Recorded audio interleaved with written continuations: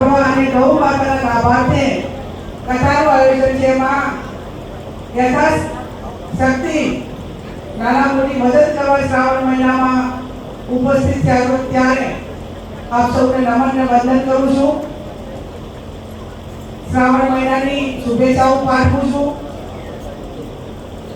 ખૂબ સારું છે કે એક બાજુ શિવ કથા એટલે દેવોના દેવ મહાદેવ, શિવનું નામ આવી જાય એટલે તમામ દેવોની કૃપા આપણા સૌના ઉપર આવી જાય.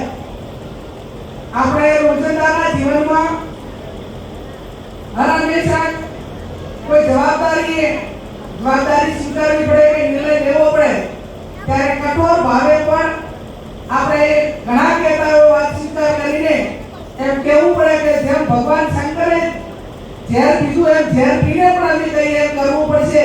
એ આપણી પ્રણાલિકા એટલા માટે ઝેર એટલે કોઈ મરવા માટેનું ઝેર નહીં, પણ કરવા વેર હોય, માન હોય, અપમાન હોય, જે કઈ નાના મોટા નથી થઈ શકે એવું છતાં પણ ઘણાના હિતમાં કરવું પડે છે. એને વર્તમાન સમયમાં આપણે આ શબ્દનો ઉપયોગ કરીને સમાજમાં જે તે જગ્યાએ એક ભાઈચારાની ભાવના સચવાય અને ઘણાનું ભલું થાય એ પ્રણાલિકા આપણી કાયમી રહી છે.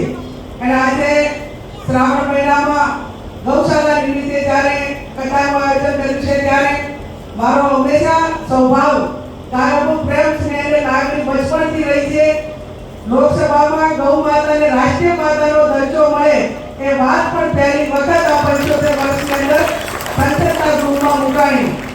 અને શંકરાચાર્યએ ટ્વીટ કર્યું, તમે બધાએ મને બનાસની ગેરીબેનનું બિરુદ આપ્યું અને શંકરાચાર્યજી શાસ્ત્રીજી ગાયકી બહેન ગેરીબેન એટલે ગાયની બેન સાથે ટ્વીટ કરીને જ્યારે એક આસ્થા સાથે એમનો પોતાનો લગાવ્યો હોય ત્યારે હું ભગવાન પરમાત્માને પ્રાર્થના કરું અને મેં જે વાત મૂકી હતી માત્ર આસ્થા સાથે નહીં પણ તમામ એંગલથી કે ભાઈ એમના ઉપર જીએસટી લાગતું હોય, ગૌશાળા હોય તો એને સરકાર સબસિડી આપે, ગૌચરો છે તો કે પૂર્ણ કરાવે અને આ પ્રાણીની રક્ષા કરવા માટે આસ્થા સાથે મેડિકલ અને આરોગ્યની દ્રષ્ટિએ પણ ખૂબ જ જરૂરી છે.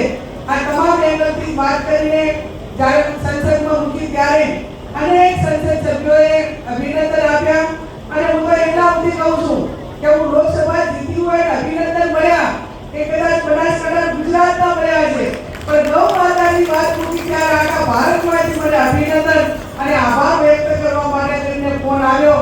અને આ વાતને આપણે સૌ આગળ વધારીએ અને ભગવાનને પ્રાર્થના કરીએ કે જે સરકારમાં બેઠેલા કે જે સત્તા સ્થાને છે એ સત્તા સ્થાને બેઠેલા લોકો વહેલામાં વહેલી આના માટે પૂર્ણ વિચારણા કરે અને ઘણા લોકોની દેશ ઉપર છે લાગણી, પ્રેમ, સ્નેહ, ભાવ અને માગણી છે એને ગ્રાહ્ય રાખીને આવનાર સમયમાં આ નિર્ણય લે. આપ સૌ અહીંયા મોટી સંખ્યામાં કથા સાંભળવા આવ્યા છો ત્યારે ભગવાન દેવના દેવ મહાદેવજીના આશીર્વાદ આપને મળે. આમ તો જ્યારે શાસ્ત્રીજી બાપુ જ્યારે વાત મૂકવાની હતી એ ટાઈમે મગરવાડા ગૌ ભક્તો અને બનાસકાંઠા સંતોની એક મને લાગે કારોબારીની મીટિંગ હતી અને સંતો આગળ હું બોલી હતી. એ ટાઈમે મેં કીધું હતું કે જાહેર સ્ટેજ ઉપર બોલવું, રાજકીય સ્ટેજ ઉપર બોલવું, ભાષણમાં બોલવું અને સંતો પાસે બોલવું આ બે વચ્ચે ઘણો તફાવત છે, અંતર છે. કેમ કે સંતો પાસે સંતોની હાજરીમાં બોલવું અને ના બોલવું તો એની શું પરિણામ આવે એ હું સમજુ છું. એ વાત કહીને મેં જ્યારે શરૂઆત કરી હતી ત્યારે સાધુ સંતોના આશીર્વાદ મળ્યા, બનાસકાંઠાની જનતાના આશીર્વાદ મળ્યા અને આપ સૌને ખાતરી આપું છું કે મારા લાયક જે કંઈ નાના મોટું કામ હોય એ કામ હું ખૂબ ગંભીરતાપૂર્વક, જવાબદારીપૂર્વક પૂરેપૂરું કરવા માટેનો પ્રયત્ન કરીશ.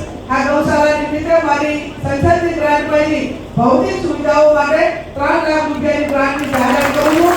આપ સૌનો ખૂબ ખૂબ આભાર.